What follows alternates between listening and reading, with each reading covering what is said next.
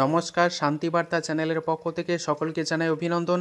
আজ পশ্চিমবঙ্গের বিভিন্ন স্থানে আবহাওয়া পরিস্থিতির দিকে দৃষ্টিপাত করে আলুর দাম কী চলছে বিভিন্ন বাজারগুলিতে, পাশাপাশি আলু পাচার হচ্ছে সীমান্ত দিয়ে, যেখানে পুলিশ 20 থেকে 40 হাজার টাকা প্রতি গাড়ি পিছু দাবি করছে, তার বিনিময়ে আলু পাচার হচ্ছে ভিন্ন রাজ্যে। তার গুরুতর অভিযোগ করেছেন বিষ্ণুপুরের সাংসদ সৌমিত্রকা মহাশয়। তিনি লাইভ আপডেটের মধ্যে দিয়ে কি জানাচ্ছেন তা তুলে ধরবো আমার এই ভিডিওর মধ্যে দিয়ে, তাই ভিডিওটিকে স্কিপ না করে শেষ পর্যন্ত দেখুন। ভিডিওটিতে একটি লাইক করুন। চ্যানেলে নতুন হলে প্রতিদিন আলুর বাজার দর ও আলুর খবর সম্বন্ধে বিস্তারিত জানতে এখনই চ্যানেলটিকে সাবস্ক্রাইব করুন। গতকাল বিকেল থেকে অঝোরে বৃষ্টি চলছে পশ্চিমবঙ্গের অধিকাংশ জেলাতেই, বিশেষ করে দক্ষিণবঙ্গের সমস্ত জেলায় ভারী থেকে অতি ভারী বৃষ্টি চলছে এখনও পর্যন্ত। এছাড়াও দক্ষিণবঙ্গে অতি ভারী বৃষ্টির ফলে সমস্ত সবজির জমি প্রায় জলের তলায় চলে গিয়েছে। সবজির ব্যাপক সংকট দেখা দেবে আগামী 2 থেকে 3 দিনের মধ্যে দক্ষিণবঙ্গের সমস্ত জেলায়। পাশাপাশি আলুর চাহিদাও যথেষ্ট বৃদ্ধি পাবে বিভিন্ন বাজারগুলিতে।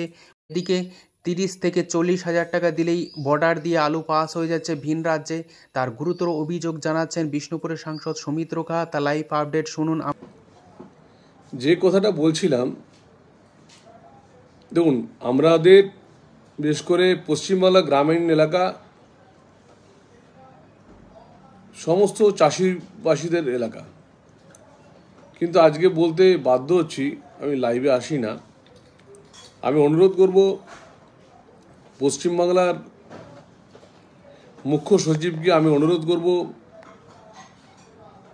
পশ্চিমবাংলার ডিজিপিকে অনুরোধ করব যে আপনারা আলু যে ফলন হয়েছে সে আলু কম দামে পাক, তা আমরাও চাই।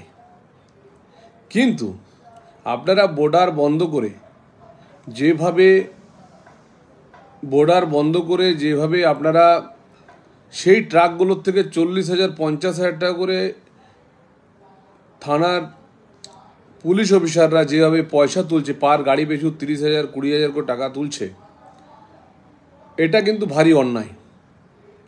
পশ্চিম মেদিনীপুরের বর্ডার,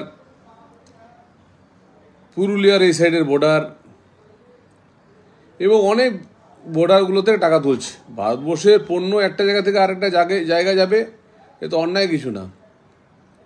কিন্তু পশ্চিমবাংলার পুলিশ যেভাবে চাষিবাসীদের কাছ থেকে টাকা নিয়ে ছাড় দিচ্ছে, এটা অত্যন্ত লজ্জার। আমি চেষ্টা করব আগামীকাল লোকসভায় এই আওয়াজ তুলতে, যে একটা রাজ্য থেকে আরেকটা রাজ্যে পণ্য গেলে 30 থেকে 40,000 টাকা করে পার গাড়ি ঘুষ দিতে হচ্ছে, যা অত্যন্ত লজ্জার। কারণ আমাদের চাষিদেরকে বারবার শেষ করা হবে, এটা ঠিক না।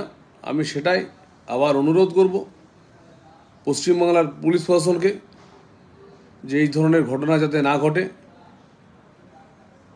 ভীষণভাবে টাকা নেওয়া হচ্ছে, যা অত্যন্ত লজ্জার। শুনলেন কিভাবে গুরুতর অভিযোগ জানাচ্ছেন। বর্তমানে বর্ডারগুলিতে আলু পাচার হচ্ছে 30 থেকে 40 হাজার টাকার বিনিময়ে, যা খুবই উদ্বেগজনক। তাই সরকারের সজাগ দৃষ্টি রেখে এ বিষয়ে রোখা প্রয়োজন রয়েছে। অর্থাৎ এক রাজ্য থেকে অন্য রাজ্যে পণ্য পরিবহনের জন্য যাতে টাকা না নেওয়া হয়, সেদিকে সজাগ দৃষ্টি দেওয়া প্রয়োজন রয়েছে সরকারের। এদিকে পশ্চিম মেদিনীপুর এবং পুরুলিয়ার বর্ডারে যথেষ্ট নজর দেওয়ার প্রয়োজন রয়েছে সরকার পক্ষের। আলু নিয়ে উত্তরবঙ্গে আজও কিন্তু আন্দোলন অব্যাহত রয়েছে। বিভিন্ন স্থানে উত্তরবঙ্গের চাষিরা আলুর দাম পাচ্ছে না, পাশাপাশি বাইরের রাজ্যে আলু যাচ্ছে না বলে তারা আন্দোলন করছেন। বাইরে আলু রপ্তানির পক্ষে তারা কিন্তু এই আন্দোলন চালিয়ে যাচ্ছেন। আগামী দিনে যেন আলুর দাম পায়, সেদিকে সজাগ দৃষ্টি রেখে বাইরের রাজ্যে আলু যাওয়ার জন্য অনুরোধ জানাচ্ছেন বিভিন্ন স্থানে চাষি ভাইরা।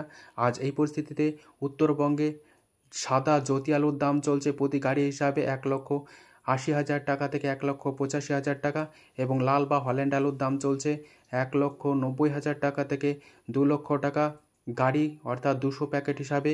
আজ দক্ষিণবঙ্গের বিভিন্ন স্থানে আলুর চাহিদা যথেষ্ট বাড়ছে। আজ ঘুষখোরায় জ্যোতি আলুর দাম চলছে ফ্রি বন্ড হিসাবে 930 টাকা থেকে 950 টাকা।